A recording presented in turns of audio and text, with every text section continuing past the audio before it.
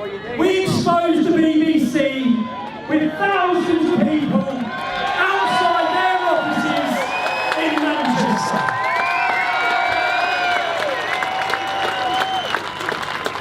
The British public do not trust you anymore.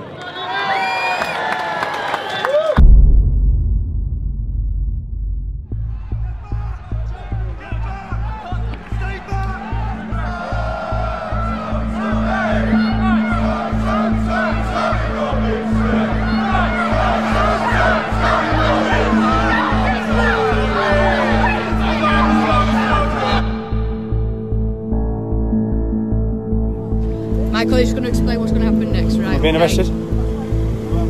I am being arrested. Causing a breach of peace.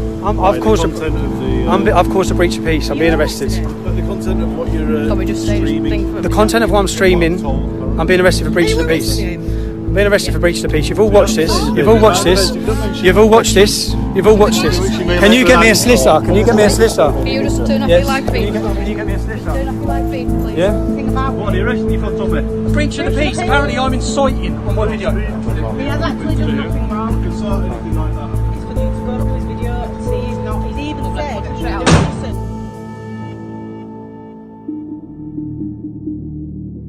this. Since my activism started over a decade ago, the establishment, the police and the media have all been trying to take me down. The whole world saw me wrongfully imprisoned last year. 2.5 months on solitary confinement. What was the response by the media to that unlawful detention? They justified it. They lied to you. All of them reported that I pled guilty. None of them got the transcripts from the court. None of them reported the truth. We have a corrupt media. When I went to prison and 600,000 people signed a petition for my release, 30,000 people marched here demanding my release. When I come out of prison, I was completely unaware of the lengths that they were going to take me down. My PayPal was removed. That removes my ability to hire a team and work and bring you the other side of the story. My website was closed down, but I was completely unaware that Panorama, the world's leading investigative journalist documentary, were working on a programme about me with the working title, Tommy Takedown. This was their final punch. They were about to discredit me to the nation, to you, the public. And I will prove that that documentary is not impartial, that it's scripted, that they invent things, that they lie, that they clip, that they edit. What you will witness in this documentary will prove to you this isn't about Tommy Robinson. This is about all the people that have been lied to, all the people who have been mislabelled, despite all their efforts to silence me. It became very apparent that something far more sinister was going on. With the collusion between the establishment, Panorama, and a far left extremist organisation called Hope Not Hate. You're going to hear about the tactics they use to get the narrative they want.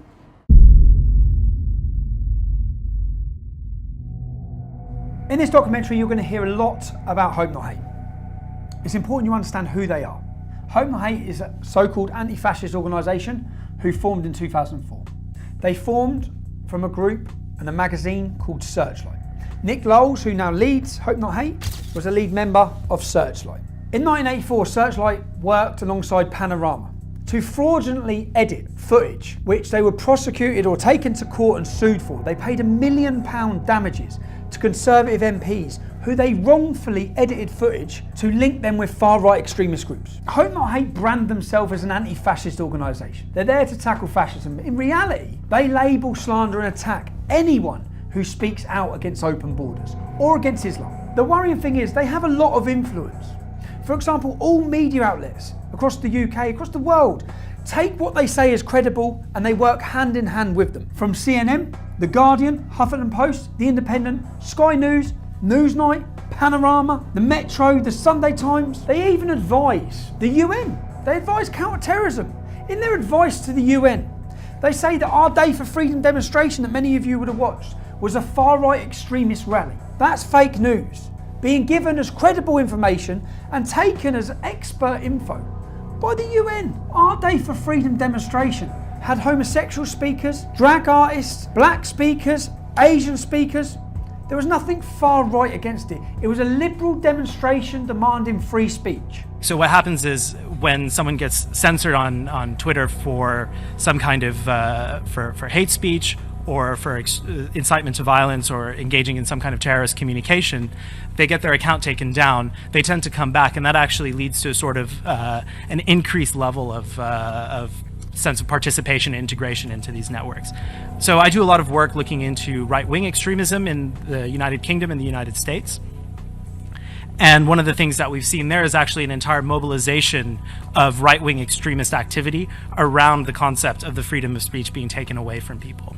So just a few weeks ago in London, there was a march attended by a few thousand people that was called Day for Freedom, and that was entirely sort of centered around this issue of free speech and the sense that in the kind of parlance of the extreme right, the liberal establishment was trying to silence extreme right, legitimate conservative voices. Just last year, Hope Not Hate were identified in a Swedish military report on left-wing extremist violence. It has been proven that Hope Not Hate exaggerated hate crime figures by 3,000%. Nothing they said after that point should ever have been taken as credible, let alone taken by journalists without checking anything and spread around the world to demonise and slander people and organisations. They play a key role in pressurising social media giants, whether it be with petitions or requests from MPs that they're working alongside with to say who's promoting hate. Not who's promoting hate that would breach laws in this country, but who needs silencing with their opinion. They're now teaching your children in schools about fascism. If we take a quote from their original spin doctor, Dan Hodges, from his quote you'll understand the tactics they use in this documentary. It was a no-holds-barred, bare-knuckle PR. We used every dirty, underhand, low-down, unscrupulous trick in the book. These are quotes from their spin doctor, Joe Mulhall, who is a lead researcher for Hope Not Hate. He brags about days out with their BBC political reporters. Their relationship works hand in hand with the corrupt mainstream media. They do the reports, the media then use their ammunition and their labelling to attack people and organisations, to demonise them and slander them. In 2015, Joe Mulhall used the hashtag Antifa on several occasions. The reason why this is so relevant is when you understand who Antifa are. Antifa are an organisation that leading members of the American government have called to be prescribed as a terrorist organisation. They balaclava up, they mask up, and they violently attack people who they're told to attack, and organisations which are highlighted to them by groups and organisations like Hope Not Hate. They find out who you are, they contact your work, anyone who steps above the parapet. Hope Not Hate's goal is to silence them and stop them. This is about stopping free speech. This is about having people too scared to speak. We'll speak with one gentleman now whose life has been completely changed due to him voicing his opinions. He broke no law, committed no crime. But wait till you hear what Hope Not Hate done to him. This time last year, like I said, I was working full-time, happy, and because of some things I was doing outside of work, where I was sort of expressing my political opinions and so on, I ended up drawing their fire, and they wrote a report and called it in to the employer. So it was a kind of deliberate attempt to, it wasn't just to dox me, because I hadn't hidden my name, I didn't think I was doing anything wrong, I was just expressing an opinion. But it was an attempt to deliberately get me fired. Where was you working? I was working at Standard Chartered Bank in Moorgate. Doing what? I was an associate, so I'd been there from a grad. I went to Bristol University and then went into the bank straight afterwards. So I've been there for about just around 18 months at this point. So a good career? Yeah, it was going well. Internally, there'd been no issues. When you say you got involved, you was giving your political opinions with regards to? Obviously the controversial stuff, so immigration, Islam, these kind of issues, but not in an extreme way, nothing you wouldn't happily say to anyone. Just so we can get clear, we're not talking about committing a crime, we're just talking about speaking openly about immigration and Islam. Yeah, and no one had a problem with it. That's the whole point that kind of strikes me about it. So it's not like anyone made a complaint, nothing's happened, so what did Hope Not Hate do? So Hope Not Hate, one of their, I can't remember which, but a team of their researchers wrote a small report. They were calling up multiple offices at the bank, and they were also focusing, because obviously we have a very big presence in the Middle East. So they were focusing on officers there to call them and just basically say, you've got this guy working for you, he's an Islamophobe, he's a racist, blah, blah, blah, all of which obviously isn't true. I remember I was just sitting at my desk and I get called in by the MD and he sort of says, have you been saying this? And I say, yeah, no, I have. I didn't see it as a problem. The same guys were going to a lot of journalists trying to flog this report as well to make a big story out of it. Eventually, in around the summer of last year, you get this article and it's very vicious and it's obviously largely lifted from the report that came out a few weeks earlier, using slurs, using kind of nonsense labels, calling us Nazis, all that kind of thing. Calling you Nazis with any evidence? Was there No any evidence in anything whatsoever you've said? at all. It was made up with a very clear intention of making me lose my job, and it's a common tactic. And you did lose your job? Yeah, I was suspended, and then once the coverage happened, they obviously, whilst previously, like internally, the bank I think had kind of thought, well, maybe this is just an attack piece. Once there was coverage, obviously, it's their reputation on the line. So then, pretty much immediately, I was fired. I have worked. Just so that the public understand this, you committed no crime. Okay. You speak outside of work about immigration or Islam with no hatred. No hatred. Just facts. And because of that, where are you now? How's your life changed? What do you see for your future now? Financially very difficult, of course, because it kills your income. And then there's knock-ons from that are always a pain. Okay, well thanks, and I hope you, I wish you luck and try and get your life sorted. Me too. Yeah, good luck. Thank you. So you've heard from Tom Dupree. You've heard how his life was changed simply for expressing his free speech due to the actions of Hope Not Hate. Later on in this documentary, you'll hear recordings of Caelan Robertson and George Llewellyn-John to see how their lives have been affected. Caelan and George used to work with me at Rebel Media, and when I went independent, they come to work with me there. When I was released from prison and I met with them, they said that they had been intimidated and threatened, and for that reason they couldn't work with me. I'd just been released from prison. I wasn't in a good state, and I thought they were just saying that because they wanted to go and work with Lauren Southern. Also, you'll hear recordings from Lauren Southern. Lauren Southern is a leading political activist from Canada. She now works as a journalist making documentaries. In those recordings, you'll hear about allegations about how they've suffered due to the actions of Hope Not Hate.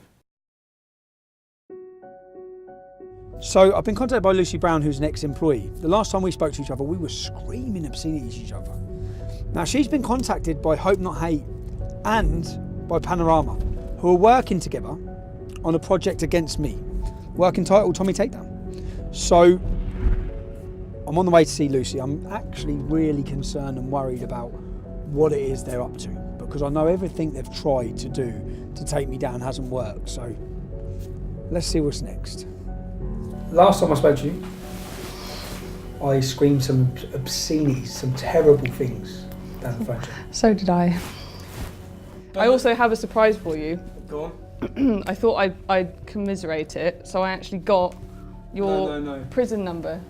No, you haven't. To remind myself the happiest day of my life. What? 8208 4CG. Yeah, that's the Oh one. my god. I laughed my head off. Oh my god. Shit, Lucy, you were fucking angry. How have we ended up sitting here and what are we talking about? Well, I received a very interesting email from one John Sweeney a couple of days ago, who is a big, BBC presenter for Panorama. Yes, apparently he's quite well known. And he's asking if I want to go for first it was a cup of tea, but then it was a pint. And he'll come all the way to Cambridge to see me. And I think he wants some dirt on you. You was approached by Joe Mulhall? Joe Mulhall, yes, Hope Not Hate.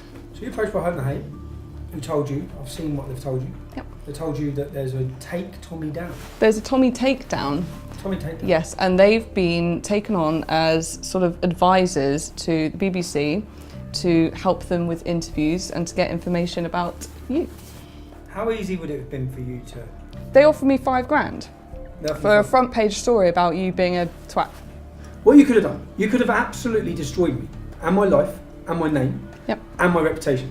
More so than that prison number did. More so than me going in prison could have done. Because you could have said anything, and they would run me. I've arranged to meet John Sweeney tomorrow at 2 p.m. And by the sounds of it, what these people do is they try and be your friend when you're vulnerable, and they ply you with drink, and they try to get you to say something that you wouldn't normally say. I want to show if what Lucy could have done. None of it will be factual, but what Lucy could have done. Now, bearing in mind, I might not have been here. You could have just done this, yeah? Fake text messages. Falsify sender numbers of text. So if you wanted to, my phone will be here. Let's change the number there. No, we'll keep that as receipt. Let's put my number here. So you effectively, as a disgruntled employee who fucking got my prison number tattooed on your wrist. Joe Mulhall's just messaged me. Let's take down Tommy. I'm flat broke. I've got no means of income. I hate you. Joe Mulhall's just messaged me saying I can get you some money to do Tommy in. So I can go to fakemytext.co.uk and I can make you text me and then I can show Panorama. My phone's here. I'm at home, right. minding my own business. I've got Joe Mulhall here. Joe Mulhall offering the takedown of Tommy Robinson. Offering me some money, and you have said to me, what? If you have anything to do with this Panama Panorama documentary, I will fucking bury you. You bitch. No. Hang on, because I'm writing YOU, but you write you. I write you. Sorry. I just need to make it some bad grammar because. Yeah, drop the T's because I don't pronounce my T. I'm going to put WIV instead of with. This panorama, you wouldn't make that a capital letter. No, I put with. I put with. Okay, alright. With this panorama doc. If you have anything to do with Panorama doc, I will fucking bury you, comma. Bury you bitch. Just to prove, I could have nothing to do with this. I'm not. My phone's here. Yeah. So I've not sent you a message. Yeah. So let's wait a minute. And the point is that they're actively searching with a far left organisation. They're actively working with my ex-employees to bring me down. What I want to prove here is how easy it is and how many other things in this documentary have been faked on me. If you had anything to do with this Panorama doc, I will fucking bury you, you bitch. Can you focus on that? So I didn't send that. That's sent from my computer. My phone has not sent you a single message. Now, Panorama are the biggest investigative journalists in the world. Yeah. So I don't see how this can work. If they wanted to do a proper investigative journalist piece, they should look at the crime that I committed. Was it criminal? Did the judge act out of law? Were my human rights abused? One of the biggest cases in this country's history in modern time. Yeah, 600,000 people signed a petition, 30,000 people marching, ambassadors from the American government, every political party in Europe talking about it. The most talked about court case in decades, but they're not bothered about that. This is fake. Yeah. This is going to be falsified. This is not me. And I want to see if this, by a disgruntled ex-employee, could make its way around the world. I'd like to see how much power Hope Not Hate have over the world's media. Yeah, basically.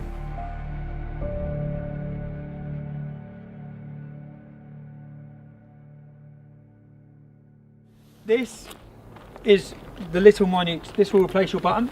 Cool. This will go into your button anyway. This is how we'll record. And are you nervous? No. You should be. You should be. And well, let's just wait and see what we get from this. Time will tell, but good luck. And don't do anything I wouldn't do. Thanks, mate. See you later.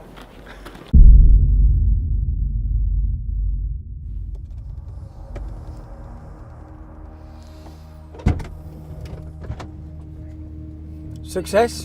Mission accomplished. Mission accomplished. Let's see. Crazy? Not crazy? Good? Not good? Lots of alcohol was consumed tonight for the greater good. I can smell it. You'll see. You took it for the team. I only drunk for the team. I did what I had to do. Right. Let's get these files sorted. Let's work out what we've got. We've got lots of footage to go through, but straight off the crazy thing for me is you're steaming. Which is a champagne and a double gin. Thank you. And then we're going to have some red wine, but Thank you so much. we'll panic about that at the appropriate moment. Thank you very much. Thank you. Here I am on expenses in a boozer with the dog and the fire. Good. And I think we should have one more bottle of wine. Fuck it, no expense spared. 2 brandies, 2 limoncellos. This is creme de cassis, or the Keel Royale. But even better is another version which is with blackberry.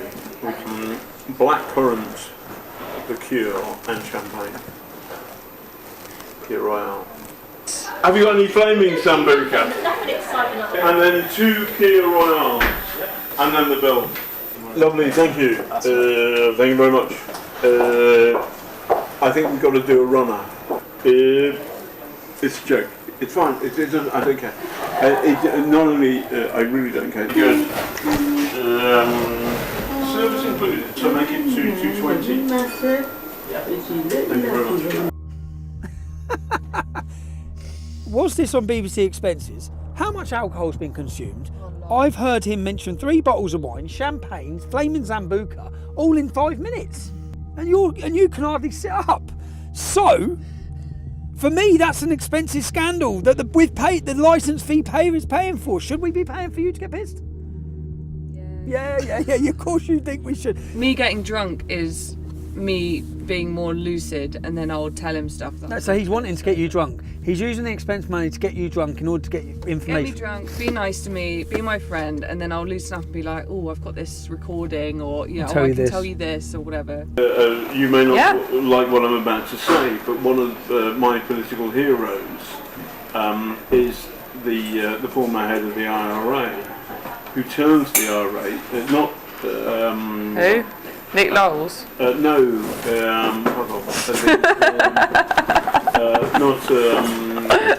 guy got on well with the Queen. So there are 2 of them. I should know that, but... Danny McGuinness, I think his name is. And he got on anyway. He was the chief of staff of the IRA. People say. Hey man, I've heard the Irish are being genocided. And last time I was there, they're okay. Martin McGuinness. His political hero is Martin McGuinness. Martin McGuinness, leader of the IRA. He's responsible for murder, bombs. It's a strange person to have as your political hero. From someone who's trying to paint me as extreme anyway. That is the sole reason I wanted to do this. For me, that is terrifying. How can they get that? How can he say he can do that from that innocent conversation or argument or disagreement, which has got nothing to do with that? So that is the sole reason I wanted that footage, to see exactly what are, and that's terrifying for me to think, what the hell are they about to portray to this country about me? What the hell are they going to say? That's not the first time that's happened. In what sense? Because I told you about, I was offered $5,000 to do like a story on you, like a front page newspaper story. By Hope Not Hate, you're talking about in your kitchen. By Hope Not Hate. But I was also... By Hope Not Hate, who are working with these lot. Yeah, but I was also approached by a really mainstream newspaper, basically, to kind of make it out that you were like sexual allegations against me or something. What, they were approaching you for that at a time when we fell out? Yeah, they said when I was at my lowest and I basically didn't have a job and I was like, a complete mess, and they were trying to like dig and get stuff out of me, and they were trying to make out that you'd done like a Me Too. They were trying to make out that you basically like abused me, and then they wanted to put in, they kind of ran with and went back to their editor, and then I called up and said, I really don't want this isn't true, you've kind of twisted it to fit your own narrative here. And he said, well, I'm sorry, it's too late, I've already sent it to the editors and they want to run the story, this journalist. So I then had to call up this national journalist kind of like lawyery thing where you can call up and complain, and I had to put in writing saying, please do not put this out. If you put this out, I'm going to have to go against you legally or something. So I had to fight to get this story out of the paper. From a mainstream journalist, from a top tabloid. Big. In order to portray me as an abuse, essentially. Me as a victim, yeah. But it wasn't true. With no truth in it all. No. And that for my life, do you know the whole purpose in me wanting this, the whole reason why I've wanted to do this is because I've been absolutely terrified of what they're doing. And that one little recording there proves that they will change what I'm doing and saying. This is massive. This is Britain's leading investigative journalist documentary by the BBC that we pay for, creating, editing news in order to destroy my life. Now, John Sweeney's been contacting me for weeks now for a gotcha moment where he can interview me and throw all these accusations from God knows who at me. Well, that gotcha moment is now in my hands, because I'm now going to sit down and I'm going to put these to John Sweeney to see how he justifies any of this. So for 2 weeks now I've been emailing John Sweeney. They've been trying to get me sit down for an interview. I emailed him yesterday and said the only day I can do is today, and I won't come to London, it has to be in my venue. I've organised this venue. I've told them that I'm having a free speech event later in the evening. So we've prepared this projector with all of our undercover footage to try and find out and ask John, what exactly were you planning? What exactly are you doing?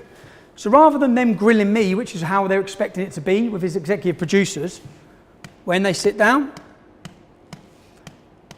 we will play through each clip. I'm going to go to my children's assembly now. When I come back, it's action. I'm nervous about it. See what happens. You all right? Very well. Just take this off.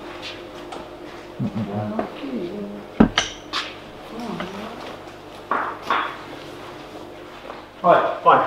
How you doing? Thanks very much for doing this, thank you.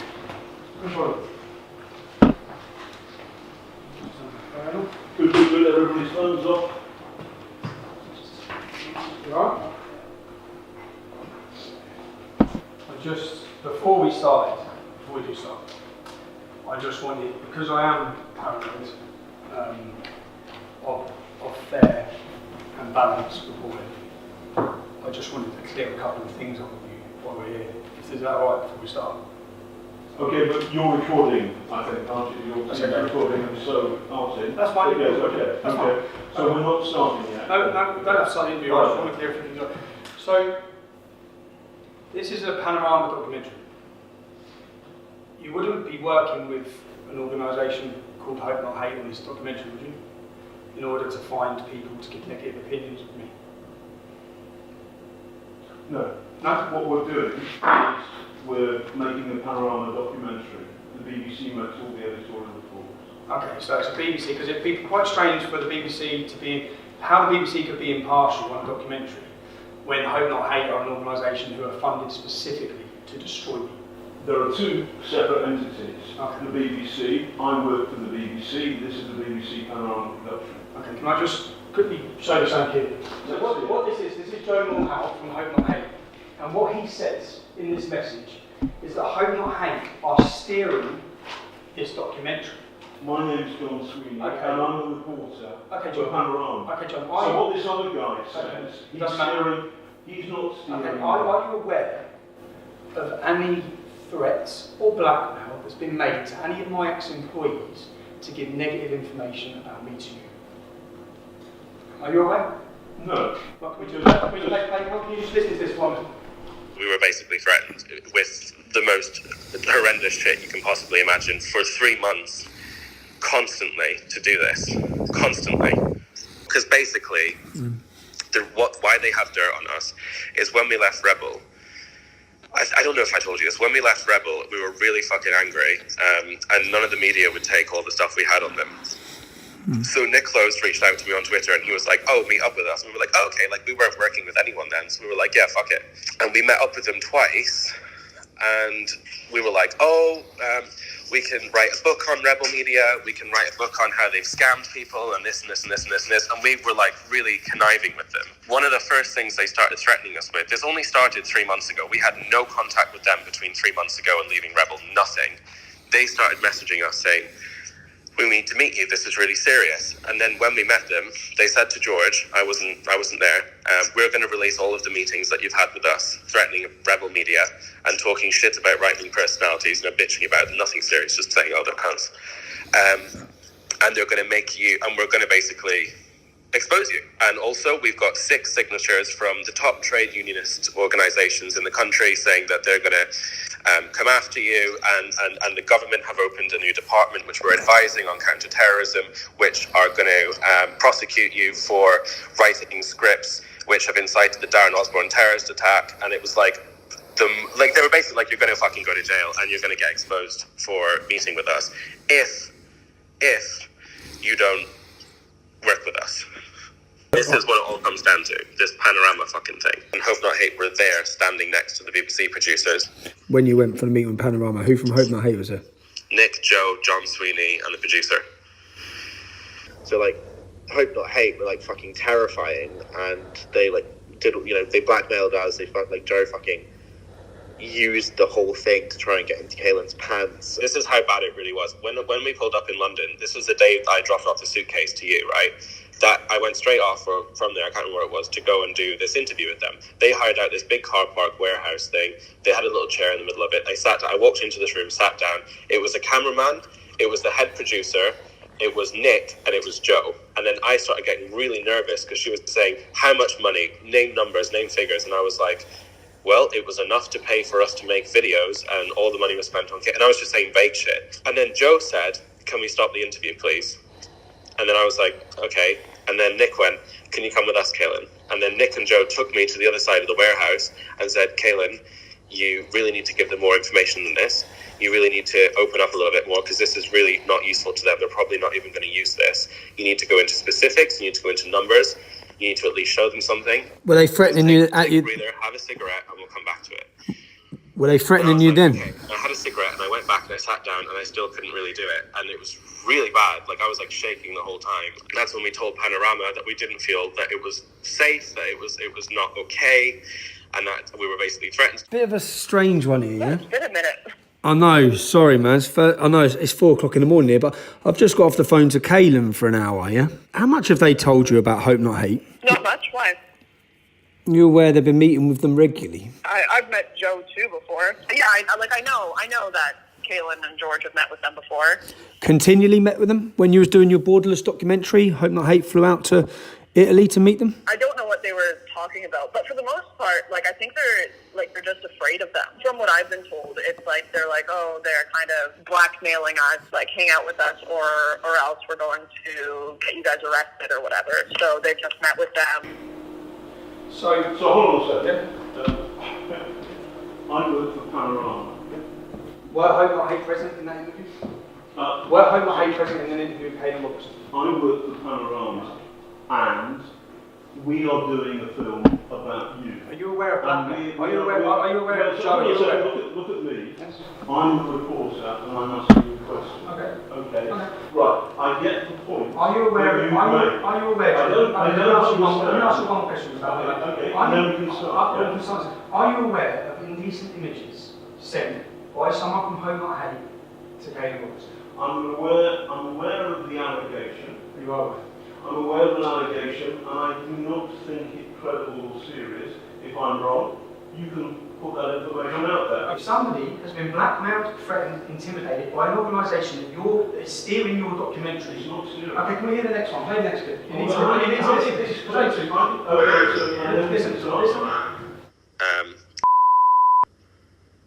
Made really inappropriate, I don't know how to describe it, almost basically like a sexual assault situation towards me when I was really drunk, pretty much passed out. Fuck you know, this gets messier and messier. No, hold on, yeah, okay, and I got really upset, and I broke down, and I told George about it last week because it's really fucked me up, and George messaged Nick, and apparently nearly got suspended, and it's it's a really big mess.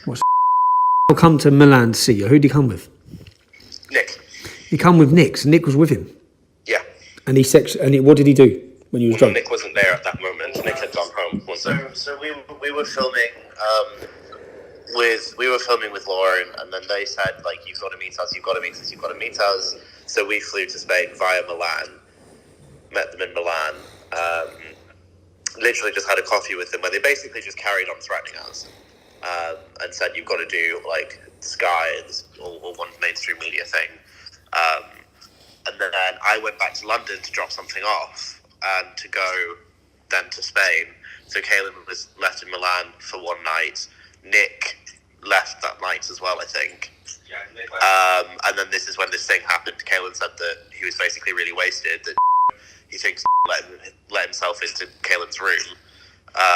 And basically, Kaelin kind of woke up and was like half naked, like trying to do stuff with him. And then Kaelin said no, and was like, oh, you don't have to tell anyone, blah, blah, blah, blah, blah. Kaelin was like really fucked up about it. So this was like 3 months ago, or 2 months ago, and Kaelin only told me about it last week. So I messaged Nick saying, like, we need to talk, what the fuck is going on? And then Nick said that he's like doing an investigation into it. George also messaged Panorama saying, guys, hope not hate raped Kaelin. Hello? Hi Joe, it's Tommy Robinson. Oh, hi there, how's it going? Yeah, not bad. Obviously you're aware I have a documentary coming out on Saturday. I'd just like to ask you a couple of questions quickly about your involvement. Bear with me, I'm not going to be able to do it over the phone, I'm afraid. I'm not going to I'd have to speak to colleagues before I can do anything, I'm afraid. So you can't just answer why you were you present during an interview with Kaelin Robertson and Panorama? I'm not going to be able to talk about anything on the phone. Why not? Why not? Well, you can't just ring someone up. If you want to speak to me, you can drop me an email and we But can... this is just your opportunity to counter what's being said. I'm not going to answer any questions over the phone, although I don't see what's the issue there is, even if I was. Really. So were you and Nick Knowles present during an interview with Kaelin Robertson and Panorama? I've said everything I'm going to say to you, Tommy. I'm not going to answer any questions like that. If you want Just to a yes or no. It's just it's a simple yes or no. Simply, look, Tommy, we're wasting time here. Okay. We must ensure we avoid bias or an imbalance of views. Our output will be based on fairness, openness, and straight dealing. Contributors will be treated honestly and with respect. There are people being intimidated and blackmailed into giving negative reviews against me. The men who are doing it are present during your interviews. You're saying you're independent. Now, John, when it comes to fake news, you're John Sweeney, so I'm going to separate you from these allegations that are being made. There are allegations. There are allegations. We can agree on that. We can agree on that. Okay, so these are allegations. These are allegations. And there is no evidence apart from your words or their words John, as to the substance of these allegations as I understand it. And I know. we have it behind on tape. Okay, John, would you tell anyone what they have to say in an interview about me? No. No? Play the next one. We only, the BBC, we only do questionnaires. So here's, it's a volunteer army. I want you to be comfortable about it. So is there anything you don't want me to ask about? I'm not supposed to ask this. I'm not supposed to ask this. I'm not supposed to ask this. So I'm going to ask you about, I'm going to take it through. What I want from you is the following. Simple 2 steps. 1. People like us, the BBC, the establishment, have not listened to what Tommy's been saying, and that's bad. Yes. And so the extent to which the entire conversation about Islamism, extremism, about what that means for ordinary Brits up and down the country,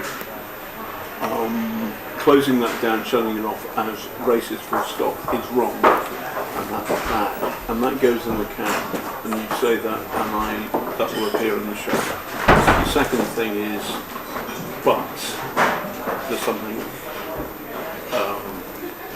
my own personal experience, it was difficult, because I was a good trooper, and then suddenly I was friends with the dogs.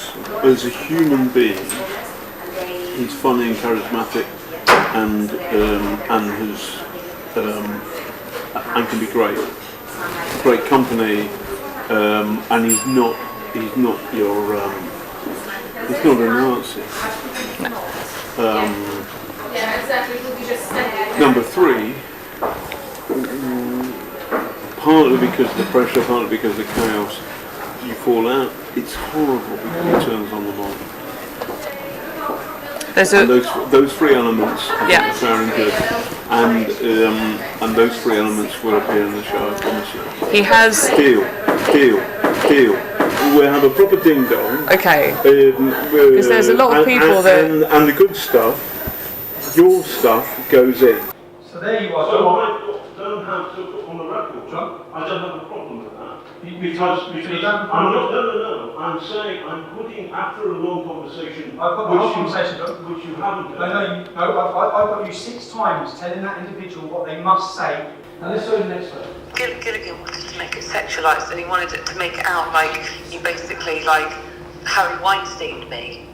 Oh my God, man. Because you're like a position of power, And you're a you know, vulnerable and like woman. all this shit. And I was like, yeah, So when I'm being told, this isn't about you, John, but when I'm being told that journalists are approaching people. I'm not sorry, I don't understand the context. I'll tell you the context. Okay. This specifically is not about you. Oh, they do. But, So it's okay, not about that, so it's when not really I felt sick, okay, because I found out that journalists were offering money to try and get a young girl to do a Harvey Weinstein story against me. Now, you're Panorama, you're John Sweeney. So let me play the next clip to you. I call him like a silly little man and stuff. I'm just shouting at him. Yeah, but Oh, we love that. it was quite bad. Could we have that? I'll drop you in it. I'll have to think. It will drop me in it. Everything will drop me in it. Not necessarily. It was really bad. We had this great big argument in Woburn High Street. Yeah, maybe. I suppose that I did give to the lawyers, and they said, well, actually, this for the case doesn't really work because you're just having a dispute. Doesn't really whatever. But I thought I'd record it just in case. Maybe I'll do that. That's It's only audio. It's only audio. That's fine. How angry does it get? He gets really angry and then he runs away and gets in the car and drives off. And I shout after the car. It's really bad. We can clip that bit. We can clip that bit. We can clip that bit.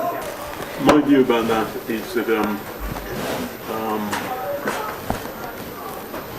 I think doing a kind of gender, a kind of sexual thing against Tommy Robinson is. The person I was talking to there was worried about whether she would be identified. Now clearly that tape is now in your hands, so it would seem that she's working. John, you said you was clip footage to make. No, You said you I was. didn't say. Do you have any idea what implications? You tried to turn a normal argument into a sexual matter. No. Yes, you did. Yes, you did. You want to take through it. Do you understand the implications? I've got 3 young children. Do you think before you destroy a man's life? Because this is what you were planning on doing. No, I've got the evidence. you misunderstand me. I misunderstand. So what I was trying to do was to say to that source that if necessary we would change her gender to turn her, for example, into a man. I've done that on regular occasions where I have covered difficult So you're not realising I've got all of this tape?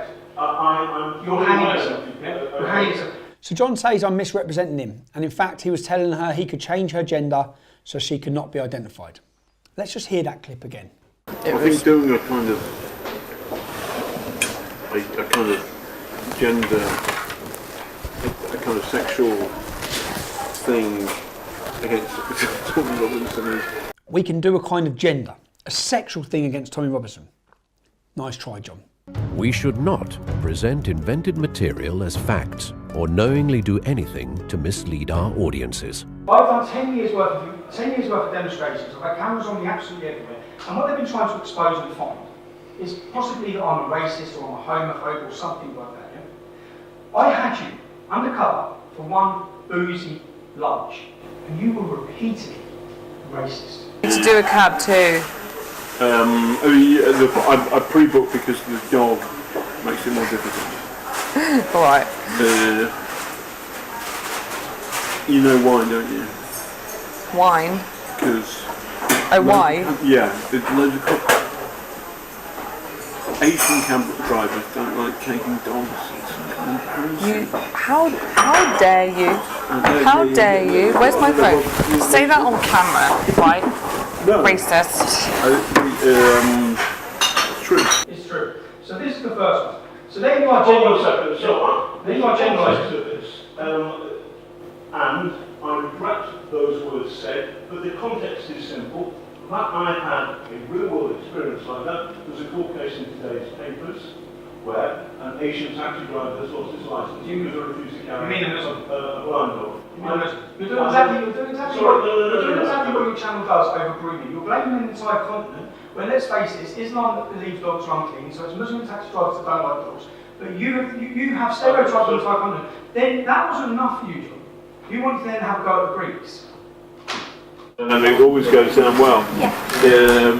Is Jessica Rederer, which is thank you in Turkish. When you're pissed, you want to piss off a Greek, you start speaking Turkish. Oh, really? And they know, and they don't. Anyway, never mind. They don't like it, but it's quite funny. Tommy, that's pathetic. That's a joke. You find it funny joking about the invasion of a country where many women were pillaged and raped and murdered. Okay, you find that funny? No, John. So I have many Turkish and Greek friends. Well, you're upset the entire Greek community because you find it funny to speak in Turkish to them because you find that funny. None of this is fun. None of this is fun. None of this is fun. Play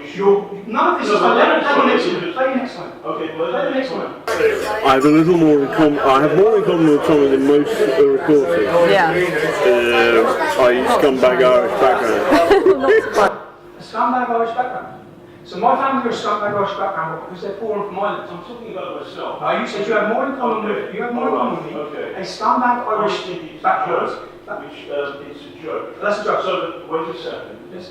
It's a joke. So I'm very, very proud of my Irish heritage. My great granddad, who's a scumbag to you, John? No, who's a scumbag to I'm you? very proud of my Irish heritage. Yeah.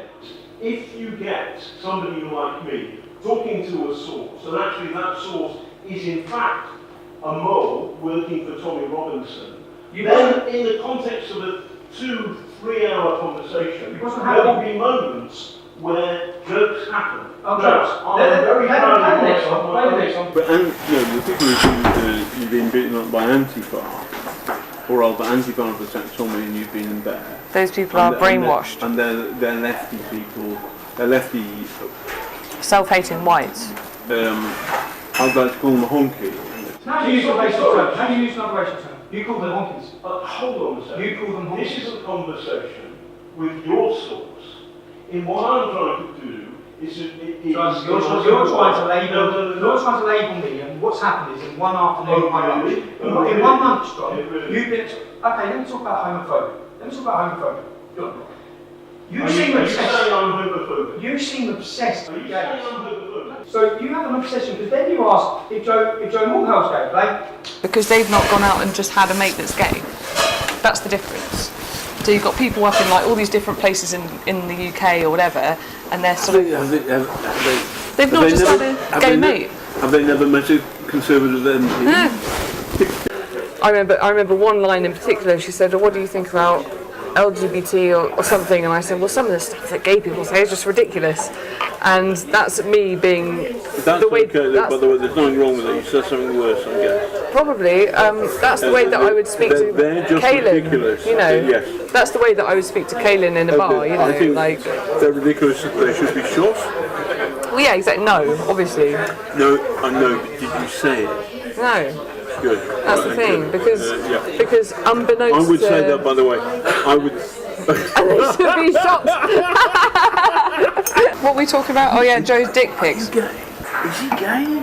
Oh, my gay darling's rubbish. He's a Bertie Wolf there, is he? He's a Bertie Wolf there, is he? He's a Bertie Wolf there, is he? May the best man win. Yeah. Well, that's a bit weird. Dzień dobry. I'm not a jerk. He's a woofer. Woofer, Cockney rhyming slang for puffer.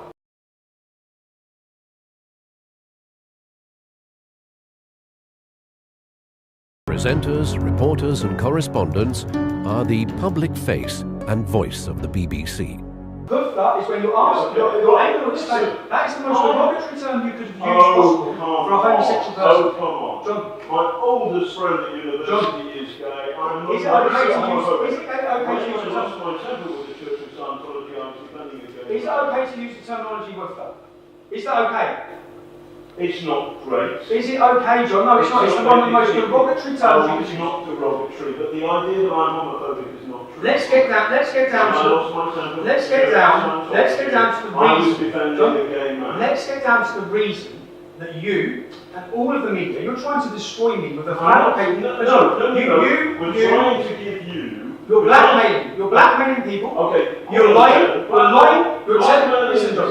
You're alleged to have blackmailed people who are in your meetings, in your interviews, whilst young men are being. And you are the man who's making the allegations. All in order. No, I'm not. You've just heard the people making the allegations. I'm not the man making the allegation. You've heard those are witness statements to my solicitor. Now let me go to the next one. Let me go to the reason why. Let me go to the reason why. I want to ask you a question. You can ask me a question, in there, mate. Because if it must be on the end of a deception, let me go to the next I one. want to know about it. Okay, let me go to the next one. Okay. This is the reason. So now everyone understands the reason why the elite, the classist elite. Don't call me elite. Am I a cannibal? Let me play the next one. I've met Danny. Danny was, I was working on some film on Newsnight, and Danny was in the green room. It was unusual to meet a white working class male in the Newsnight green room, and I was in the same way. Who's normally in there? Sorry? Who's normally in there? It was so unusual that me and one of my mates, we went down there to have a drink with him in the way that you would do with somebody from a cannibal from the Amazonian, from Amazonia, or maybe a creature from that. So working class white male is a cannibal from the Amazon. No, that's what you said. So you're on camera. Okay, so wait a second. You are a classist elitist. The way you view working class people is a disgrace. The reason we have the problem we have is because of journalists like yourself, from the background you're from, sneering down upon our community. Sneering down, thinking you're better than us, and let me just. My understanding of the Labour Party today is they're almost like blooming, I don't know, activists. Well, they're social. The point is, you hear much more accents like yours and mine, rather than fuck off, rather than Tommy's. So the Labour Party, they will have accents like yours or hers, middle class, rather than fuck off. You believe the working class vocabulary is simply fuck off. That is your classism. What I'm doing here, John, is I'm exposing you, I'm exposing panorama, and right now, John, because right now, so this text was sent to us, yes, and this is the text from that source who's on that video, okay, and the text is from you. If you had anything to do with this panorama doc, I will fucking bury you, you bitch.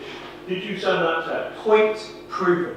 I have video evidence that did not come from my phone, and here you are about to betray it to an entire nation. John. No, I'm going to ask you a question. I've just told you an answer. Sorry, okay. This would be, right now, this would be going on a documentary that would be aired to the entire British public. It wouldn't be, because we would put the right of reply. No, and here's the right of reply. Is this true? Is this true? As I expected, they did not bother to verify the authenticity of that fake text message in their hunt to take me down. John says he would give me the right to reply, to which I would say it's fake, but the fake allegation that I threatened to murder my ex-female employee would effectively be aired to millions of people across the world. And I'm certain every national newspaper would run with the headline, Tommy Robinson threatens to kill female employee. I wanted to prove, and I've just proved, how easy it is for fake news to be created and for people to be targeted and their lives destroyed. You have been harmed.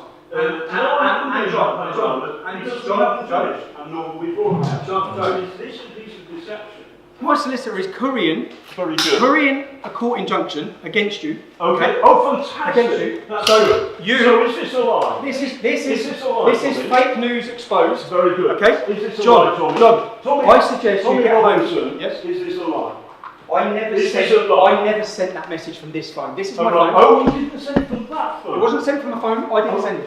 Hold on. It wasn't sent from the phone. I didn't send it. Is this a lie? You'll be able to catch it all in my documentary. You'll be able to catch it all in my documentary. No, we haven't finished our we're finished. No, we have finished. In fact, John, you'll finish your career. You finish your career. You think so? I know something. I know something. Homophobia, racism, extreme. I'm not a homophobe. You are. And I'm not a racist. You are. And I'm not. Okay. What you was is a lie. What the establishment. And what this is, mate, this is a skit show. What the establishment was about to do to me, and they were going to destroy my name, sexualised comments. I'm not a member of the establishment. Yes, you are. We're You're going to do working. none of these things. Are you working with Hope Not Hate on this documentary? No. Have they been present in interviews? We have had some input from some Have they been present in interviews? including your spies. Have they been present in interviews? Not John, not you are fake news. You're fake news, and No, you've been no, proven. no. You've been creating. This is a lie, Tommy. You've been proving. You told us this a lie. Is a lie. And You're on you, camera, sir, bro. are the Everyone's source of the lie. The idea that John. I'm homophobic, that's not John. true. This John. man has lied to us Who's John? through people. John, are you John? So, hold on. You're John. John, I suggest you prepare yourself, because Okay. once this goes live, which it's going to, outside your offices on the 23rd of February, I've got all the evidence of you creating stories, telling sources and people Oh, what hold on to a say. second. Outside It's your all offices, because this is evidence. what you do all It's the time. all Tommy. evidence, John. What you do You know, is everyone's you talking. threaten people. It's all evidence. You always threaten people. And the hate You're you lying. have put up John, online. don't talk about hate when No, you're no, calling no, no. people woofers. You intend. Listen, I'm sorry I called somebody Oh, you a are. woofer. Oh, you are sorry. It's- What about? it's the wrong Are you sorry to the language. Greeks? Are you sorry to the Irish community? Are you sorry? You insulted a Greek woman by speaking Turkish to her. You said you found it funny. I did no It's such on camera, thing. John. It's on camera, John. No, but what You said you would saying is sexualise. that- You said you would sexualise my comments that were innocent. No. Yes, you did. No, You're I on didn't. camera, No, John. I didn't. John, No. the world's going to Anyway, watch this, bro. this is a lie. Good luck with your injunction. Good luck, my injunction. We haven't finished on Panorama. No. And stop threatening people. You have finished, shouldn't bro. threaten Julia Ebner. You think I'm finished? I've got another thing coming, and I can give you that for free. Can you? Okay. Good. Go and find a lawyer. I've already been with a lawyer, John. Okay? Right, I hope they're I've good. already been with a I lawyer. hope they're I've good. already dissected every one of your comments. No, you haven't. Yes, I have, What John. you've done is read the worst stuff. possible thing on it. I can defend every can't second defend a of single it. word of it. Yes, I can. And on that note, and I will. You, and on you that are note, all I'm saying the to establishment. you You work for the establishment. is, none of these people are the No, establishment. you are. but- You're working. No, I'm you're not. working with Hope Not Hate. No, I'm who are not. working with the government, and you are all going against me I'm because I not speak out working against with you. the British This government. is a campaign. I understand some of the anxieties that you have. I get that. And, John, why would you be creating one? Why would you tell someone what to say about me? Why would you I tell them? didn't do that, and you're mischaracterising me. You didn't do that. Everyone's No. going to watch this.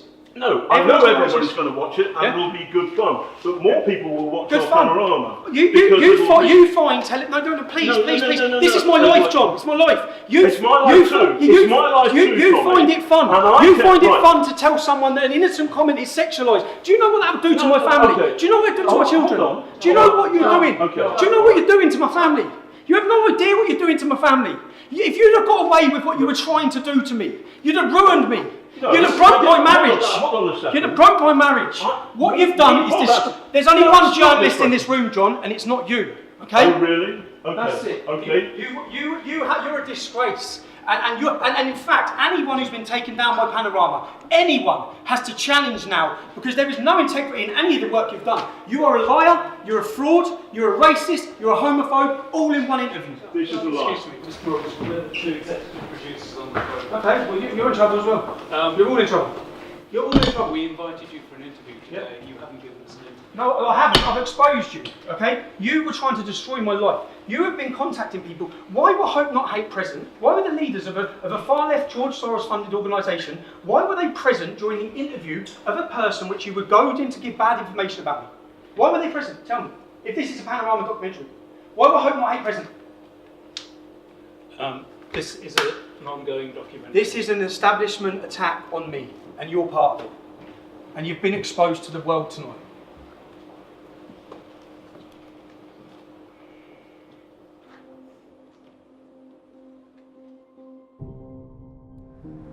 So let's summarise what you've seen. You've seen the BBC, who pride themselves on being impartial and reporting the truth. You've witnessed the main man from Panorama telling someone what to say, brokering a deal on what they have to say about me. Now, if he's brokered a deal with her, who else has he brokered a deal with? Who else is being told what to say? They're scripting the documentary. They're also creating and inventing news. Sexual thing against Tommy Robinson. What else when we've got two other people saying they're being blackmailed in order to give negative reviews of me? Who else would have participated in this documentary? What else was going to be said? What other lies and manufactured evidence would there have been on this documentary? You've seen the contempt they have for the working class. The contempt they have for you, the licence fee payer. You pay your licence fee, and if you don't, you're taken to court. Just so the elitist, fake news journalists can travel this country drinking champagne on your expense. Now, if there's one thing that symbolises the BBC, we all know about the fake news. I've just proved to you that they create the fake news, that it's not impartial, that they work with far left extremist organisations. That's been proven. If there's one thing that symbolises them, the BBC covered for Jimmy Savile. They covered for Stuart Hall. Up to 100 children were raped and abused, many of them on the property of this organisation. Let me show you this statue that is at the entrance to the BBC. That statue was sculptured by a man called Eric Gill. Eric Gill was a paedophile. He raped his own daughters. He had sex with animals. He had an incestuous relationship with his sister. When the Catholic Church became aware of this man's crimes, they removed and covered all sculptures made by him. The BBC refused to. They were asked to, but they refused to. If you have disgust now, and you're fed up with paying for this, or for the propaganda they use against you, for the negative portrayal of Brexit, if you're fed up with all of these things, what can you do? I'll show you what I'm going to do, and I hope you follow my lead. You can legally not have a TV licence in the UK. You do not have to have one, okay? None of us asked for the BBC to come into our homes and display their programmes on our TVs. If you're fed up of paying for their propaganda when you don't even watch their shows, you can follow the steps I'm about to take you through now to end that. There's a few things you need to know once you've filled out these forms. It's a myth that the BBC can sit outside your house and detect that you're watching TV. That is a myth, it's not true. If the BBC TV inspector knocks at your door, you can. Be polite, you should be polite. But you can open your door, say I don't need a TV licence, I haven't got one, goodbye, I don't watch live TV. That's it. They have no rights to come into your home. It's obvious that if a TV licence inspector walked past your front window and you had your curtains open and you were watching Panorama on BBC, which I don't think you will be, if you're watching BBC, they will fine you. But you do not have to have a TV licence.